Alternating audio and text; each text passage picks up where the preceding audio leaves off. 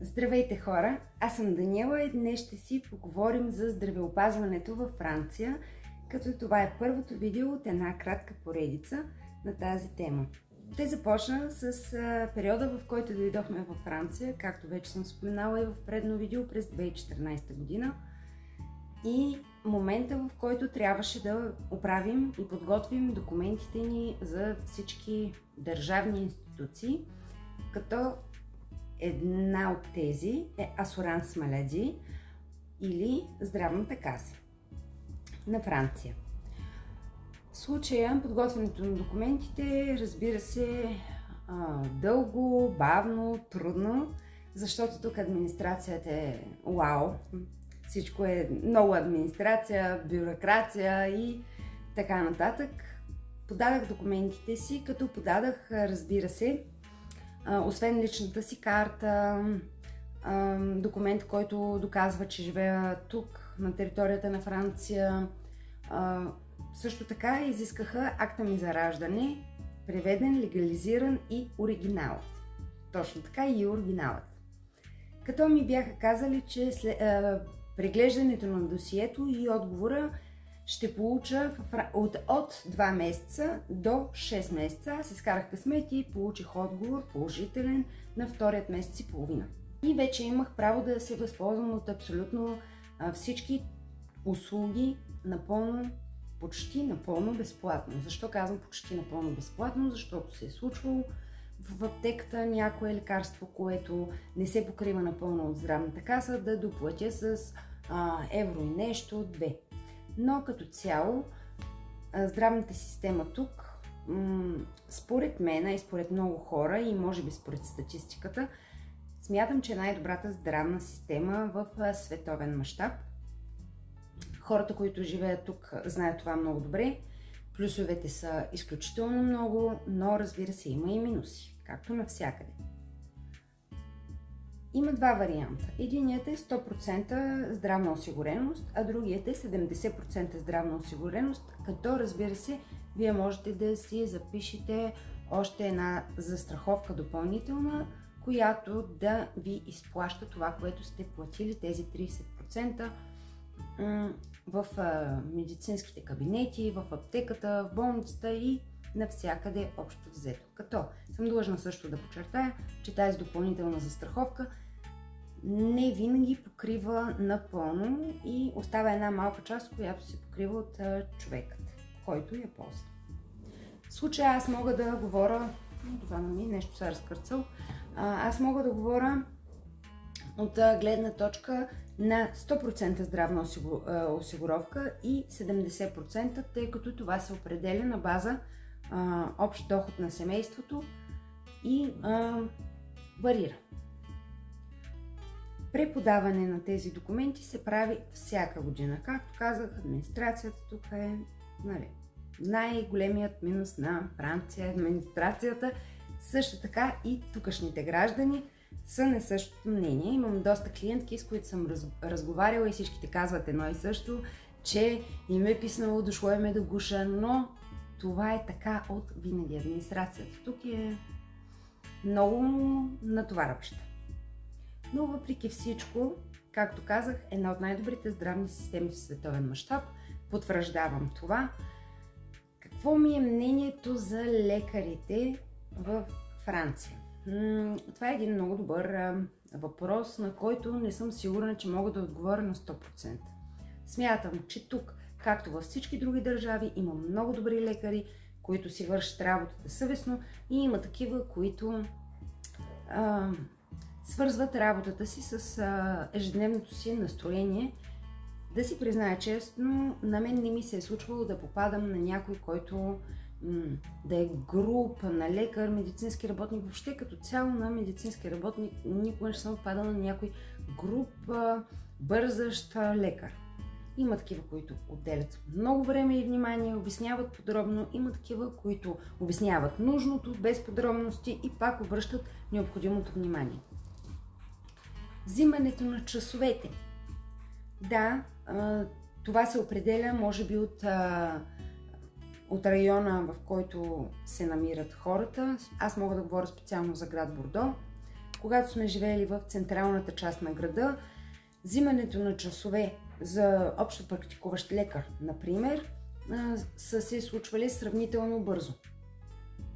Винаги или съм имала час веднага за следващия ден, максимум за след 2-3 дни максимум, или дори ако при нужда се обадя и кажа, че според мен е спешно, в случая съм получавала и час за същия ден, в края на работния ден.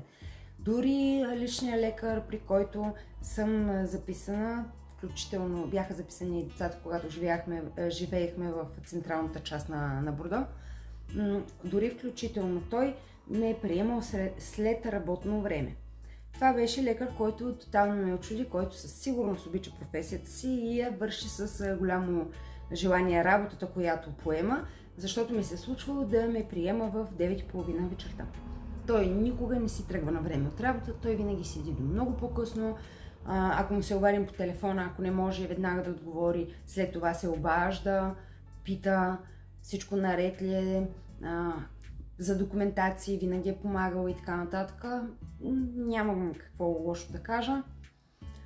Със сигурност обаче малкият ми опит в България случва се да ми се налага по време на прибирания кратки за около 15 дена месец да имам нужда да посетя лекарски кабинет, било то в малко населено място или голямо като Пловдив. Мога да кажа, че двата пъти, в които ми се е случвало, един път беше в една частна клиника при специалист, един преглед, който продължи около 5-10 минути, в който вече свикнала на отношението тук и на разбиранията тук, които са наистина смятам на ниво. Бях шокирана, защото жената, която ме прие, беше една възрастна дама на около 80 години. Да, точно така, която беше всичко, освен любезна. Аз се опитах да я обясня, нали, причината, поради която я посещавам, какво ми се е случило и така нататък, и така нататък. Тя гледаше много лошо и ми каза, нали, това беше нейната реакция. Ето ти тая рецепта, нали, един груб преглед. В случая бях шокирана, защото дамата беше и груба физически, и вербално, и някакси създаваше чувство на вина в мен за нещо, за което аз въобще няма как да имам някаква вина. Отивам просто на един преглед при специалист. Така. Имах лошо приключение, след това ми се е случвало по време на ваканция да се налага да ми бият мускулни инжекции.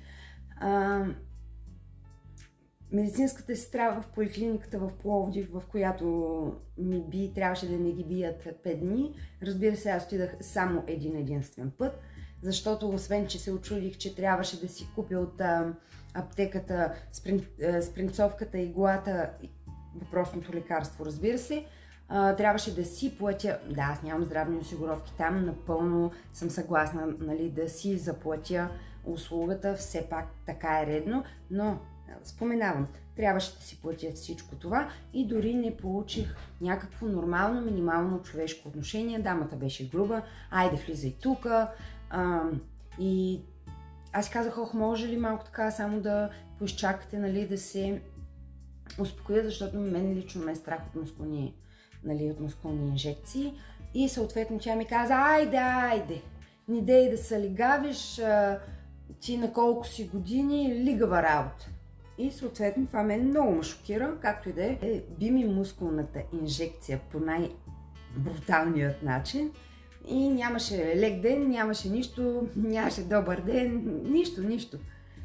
Тук не е така. Наскоро ми се наложи да ида до лабораторията, имах направление за пълна кръвна картина. Жената, която ме прие, ме попита от коя ръка предпочиташ да ти взема кръв. Ако да е страх, гледай картината, не се притеснявай, ще бъда много нежна и внимателна. Ако искаш, мога да те изчакам. При положение, че в чакалнята имаше доста хора. Аз, разбира се, направих всичко възможно това да приключи по-бързо, съответно хората да минат по реда си, като имаше доста лаборанти, медицински лица, които да приемат. Съответно, дамата, жената, която ми взимаше кръв, беше толкова нежна, любезна, мила. Въобще не бързаше да ме изхвърли от самия кабинет. И да, това е един плюс. Смятам и твърдя, че тук здравеопазването, самата система е измислена по много добър начин. Защо? Защото всеки човек има достъп до здравеопазването, има достъп до... Направено е лесно достъпно за всички. Ако нямаш пари, няма нищо. Ти можеш да идеш на преглед, никой няма да те върне. Може да влезнеш в болница, никой няма да те върне. Никой няма да ти каже, за да влезнеш в тази болница и за да положим необходимите усилия да подобрим твоето здравословно състояние, трябва да си платиш сега на момента, иначе не можеш да влезеш. Няма такова нещо, тук такива неща не съществуват. Човек, който има нужда да бъде лекуван, е лекуван. След това вече да, ако нямаш здравни осигуровки, което е почти невъзможно, освен ако не си турист, но тогава между държавите се оправят нещата. И така, смятам, че е една много добра здравна система, достъпна, което за мен е едно от най-важните неща. Тя е широко достъпна за всички. Тук няма бедни, богати, не се разделят хората на класи, за да получат необходимото лечение или внимание. Тук всички са равни, стане ли въпрос за здравеопазване, никога. Значи аз имам опит с болници, като съм лежала 2 пъти в родилно отделение, разбира се, при ражданията на двете ми деца, 2 проследени бременности във Франция. Никога не съм получила лошо отношение, грубо отношение, защото примерно идвам от някъде другаде, защото имам акцент. Това не ми се е случвало. Тук говорим за здравните услуги. Случва ми се по други администрации, като също мога да направя видео и за това. Началото на нашето идване тук с един така доста оскъден френски език. Защо оскъден? Да, аз съм учила френски в България, обаче всички знаем как учим език в гимназията. Главите ни се въртят насам-натам. Да, имах си представа от френски език, да, разбирах до някаква степен хората, обаче в момента, в който нямам нищо общо да учим някакъв език, какъвто и да е било той в нашата държава, той определено няма нищо общо навън, когато не се занимаваме с него целенасочен с този език, а просто го учим, защото го има в програмата. Да, има разлика. Плюс това тук също имат диалекти в различните области и така нататък. Няма значение, френският език е много труден и да, имала съм проблеми тук-там с администрацията. Но още един плюс за системата тук, за здравеопазването е, че когато някой постъпи в болница и той не може да говори френски език, не може да говори примерно английски език, испански език, италиански езици, които в доста от случаите има медицински работници, които говорят на доста езици. Но ако някой човек говори само своя собствен майчин език и съответно няма как да се разбере с медицинските лица, автоматично се предоставя преводач, което също смятам, че е плюс и абсолютно по никакъв начин това не се заплаща от джоба на пациента. Напротив, има си разни асоциации, организации и така нататък. Здравеопазването е една наистина много обширна тема. Здравната система във Франция няма такъв улеснене не от към администрация, но от към консумация на самата система е улеснена и достъпна за абсолютно всички, без значение от социалния им статус, което за мен е повече от чудесно. Много пъти мога да кажа, че ми се е налагало да идва медицинска сестра вкъщи, било то за превръзка, за почистване на рана, поради много причини. Да, когато имаш направление, това не се заплаща. Медицинската сестра може да дойде днеска до вкъщи 3 пъти и това не се заплаща. И тя идва винаги с усмивка. Лично налагала се медицински сестри да идват вкъщи в един много дълъг период от време. Моята майка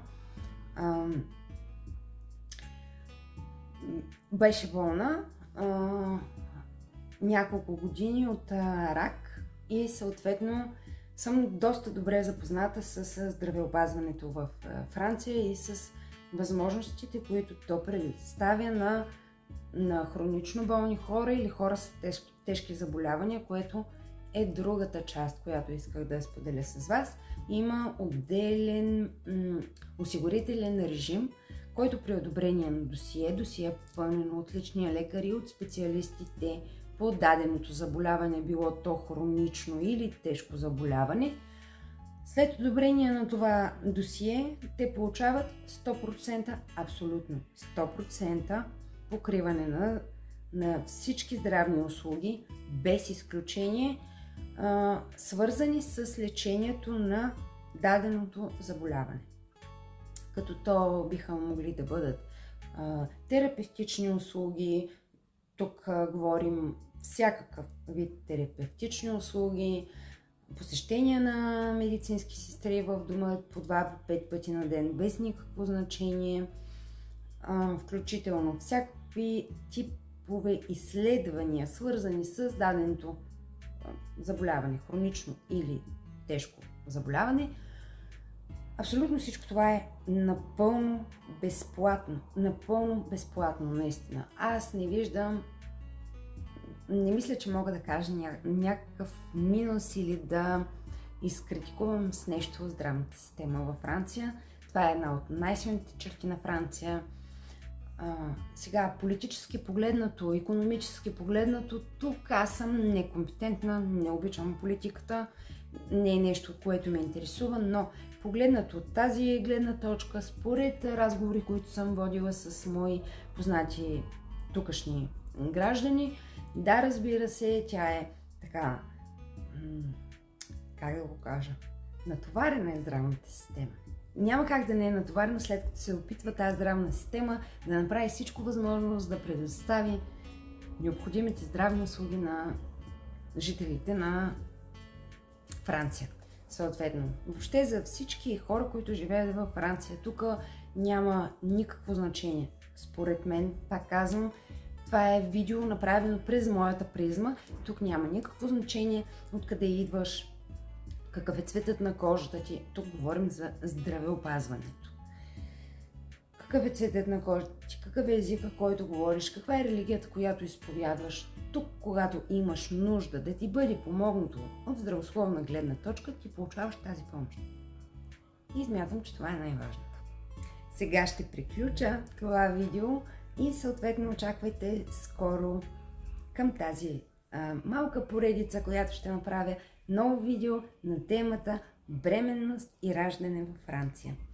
Ако това видео ви е било интересно или полезно, а може би и двете, ще съм ви много благодарна, ако се абонирате за нашия канал, така ще ни подкрепите и ще се стараем все повече да създаваме качествено, полезно и интересно съдържание за вас. Така че ще съм благодарна, ако натиснете палчета нагоре и натиснете камбанката. Благодаря ви, че бяхте с мен.